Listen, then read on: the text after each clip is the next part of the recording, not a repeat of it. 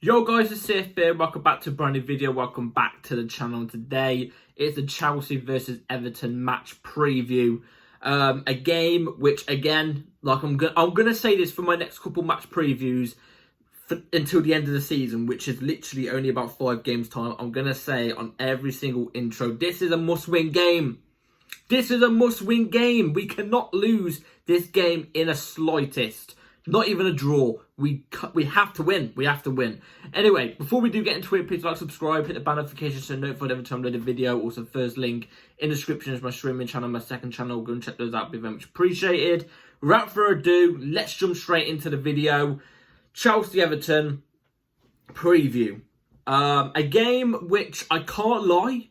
This is going to sound a tad little bit weird, but out of all the games we've got to play for the rest of the season, I think I'm most worried about this one, and I'll tell you the reason why. Because I feel like over the years, I feel like Everton have kind of been a little bit of a bogey team to us. And not in the sense of like, oh, we always go to theirs and we lose, or they come to us and we always lose. Not in that sense, because if you talk about that, obviously the game is at the Bridge tomorrow. Obviously, last season, when they came to the Bridge, we hammered them 5-0. And it was a really good performance, actually, as well, from what I remember. It was a good performance. There wasn't really much faults, you know what I'm trying to say, with the performance or the result or anything like that. But I feel like that was just a one game. We are always really slow. We always get out physical. This is going to be a very physical game tomorrow. If you think they're going to come to our ground and let us walk all over them, it ain't going to happen. It's not going to happen. The physicality tomorrow is going to be up there. I'm telling you this right now.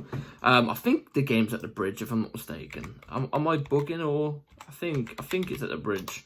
You're getting a live cover. Yeah. 12:30 kickoff tomorrow at the Bridge. It's another thing I was actually going to mention as well. Like, if we know how Chelsea perform against the lower teams, no offense to Everton, they are lower in the table, aren't they?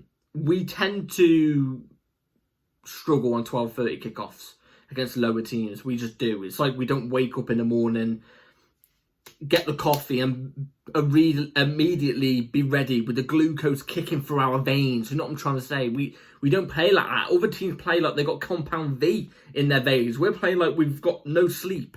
You know what I mean? That's how it usually is. And I'm hoping to, obviously, tomorrow's a different story, but Everton are obviously a team that have obviously kicked on and got much better under David Moyes, obviously, since Sean Dyche got sacked. Obviously, Sean Dyche was the manager, a good manager as well, in my opinion. Obviously, rode the ship since last season, I think it was. I can't remember when he came in. He got sacked this season for David Moyes. Obviously, David Moyes is a step up, so it is a step up for them in terms of manager and in terms of the way they play as well. We know what David Moyes is like. He's got credibility. He had credibility at Everton beforehand, you know, in the 2010 era, I think it was. You know, I remember that Everton team as well, obviously, because my dad is an Everton fan, so I do come home sometimes to see it on the TV. I remember that Everton team with Raul Meireles and who remembers Jelavic? If you remember Jelavic, you're a real one, because that guy was a striker. That guy was a striker. I would have liked him at Chelsea, but he was a bit of a one-season wonder. Bit like Michu, for example, as well. Michu from Swansea. If you know that one there as well, you are a G. You are a G. But anyway, yeah, David Moyes has been at Everton before. He knows how the club runs. He's got them playing much better football. They're a much dangerous team. Obviously, when he first came in, they were playing really, really well. It's kind of took a dip down. Obviously, manager bounce has dipped away. But they're getting a lot more draws. Their performances are better. In fact, I actually think, if I'm not mistaken, also, we need to check the table anyway, but I'm just going to check the table. They are 13th. They are ahead of Man United and Tottenham. Tottenham are in 16th.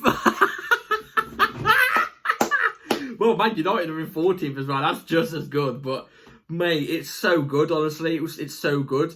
Tottenham are 1 point off 17th. Oh, my God.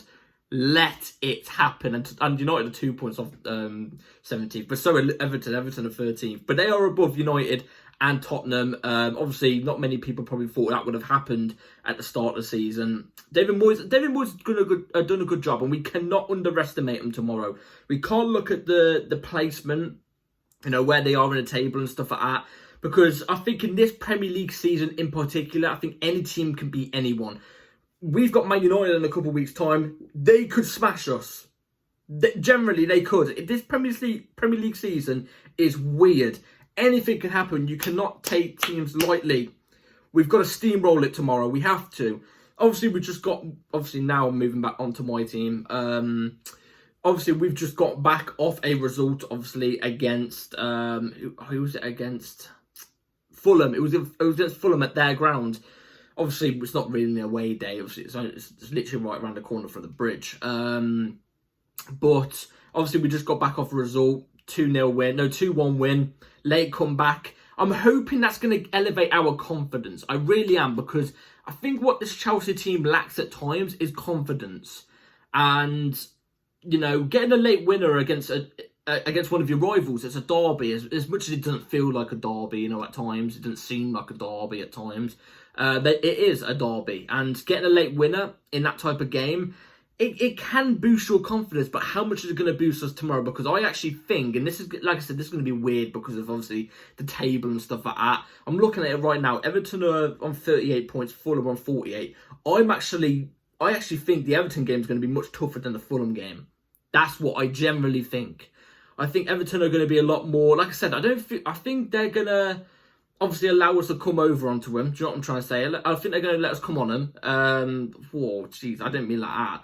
I meant they're gonna allow us to they're gonna allow us to, you know, have all the ball. That's what I meant. They're gonna let us have all the ball and put the pressure on stuff. My predictability is Everton are gonna sit back and look to break us on the counter attack. I think that's how it's gonna be tomorrow. Obviously you know, it's at the bridge as well, so it's at our home. So there's many things going in against them. So they're obviously gonna sit back and try and play our weakness, our kryptonite in a sense, you know what I mean? But obviously that's what makes it, I think, much more of a dangerous game against Fulham, because at Fulham it was at their ground. We had all the ball, but at times Fulham looked to attack us. You know what I'm trying to say? They didn't sit with a low block, whereas I think against Everton, a team that are 13th, they're coming to us. I think they are going to sit with a low block, and I think they're going to look to break us on the counter-attack. That's just how it's going to be, in my opinion, and obviously that is our kryptonite. I think a lot of teams do it, whether it's at their ground or our ground. A lot of teams do it. They look to break us on the counter because that is our weakness. We've got to try and look for that as Todd Bowley likes and Egbali likes, that loophole. We've got to look for that loophole to find the goal. And look, I know we won our last game 2-1 against Fulham, but like, our attack still wasn't great, and our performance still wasn't amazing. You know what I'm trying to say? I wasn't looking at that performance going, oh, we can really turn the page here. I was looking at that performance going, did Fulham just take their foot off the gas? That's really what I was looking at. You know what I'm trying to say? So we're going to have to see tomorrow. Tomorrow's obviously going to give us all the evidence that we're going to need. So yeah, anyway, like I said, I was looking at the table. Let's see what the table's saying now. Obviously, this is what it all matters. Liverpool have won the title, by the way. They're 13 points clear with 5 games to go. Yeah, I think they've won the title. I think next game solidifies it, if I'm not mistaken. Anyway, top 4 battle. That's where the real tastiness comes in. That's where, like, you see a juicy lamb being cooked up. You know what I'm trying to say? Like, I mean, like a lamb. Like, you know, you buy it at the shop. You know what I'm trying to say? It's there on the cooker. And you're just looking at it with, like, your lips slobbering like a dog looking for a bone. You know what I'm trying to say? Like, you know, fidgeting like a fly on the wall, you know, rubbing their hands. You know what I'm trying to say? I'm looking at it and I'm thinking, top 4, could we potentially get it? It's looking like a really, really tight and nice race. Anyway, like I was saying, Aston Villa are on 57 points, on 1 more game played than us, actually. So we've got a game in hand on Aston Villa, and we're on the exact same points. We're obviously in 6th, they're in 7th. So tomorrow could be a chance we can leapfrog them by 3 points, get that extra pillow. Newcastle are on the exact same games as us. They're obviously in 5th, but 2 points ahead of us at the moment. Obviously, 5th is Champions League, so that's a major problem. You know what I'm trying to say? It's a major problem. Forest are on 60 points. 3 above us on the same amount of games played. Again, that's a major problem. And Man City are 4 points ahead of us, but with a game played more. So we could potentially go 1... If we win tomorrow, we could go 1 point off 3rd. We could. But this is what it comes down to. Are we going to... Do we have the bollocks to do it? we'll have to wait and see tomorrow. Anyway, team news is all the same. Players that are out have been out and they're still out. Players that have come back are here still. Lavia, I think, might be ready. He was on the bench for the game, the last game, but he actually didn't play a minute. I think he'll be available for tomorrow. I really do. Anyway, let's move on to the lineup I'm going to go for tomorrow. So, the 11 I'm going to go for tomorrow is going to be right over on the screen. Robert Sanchez in goal, obviously. Actually, you know what? We're going to do it differently here. We're going to go and explain the players as we go on. Obviously, the team's there. I'm going to explain the reason why. Robert Sanchez in goal, we know is going to be in goal, so it has to be him. Do I agree with it? No. I always clarify this, but he's going to be in goal. Marco Correa left back inverted into midfield. Actually, for recent times, from what I've seen, it's actually been Reece James at right back inverted into midfield. Correa operating as a natural fullback. That's what's been happening as of recent. He sometimes dips into the midfield, depends if Reece James is staying back a bit.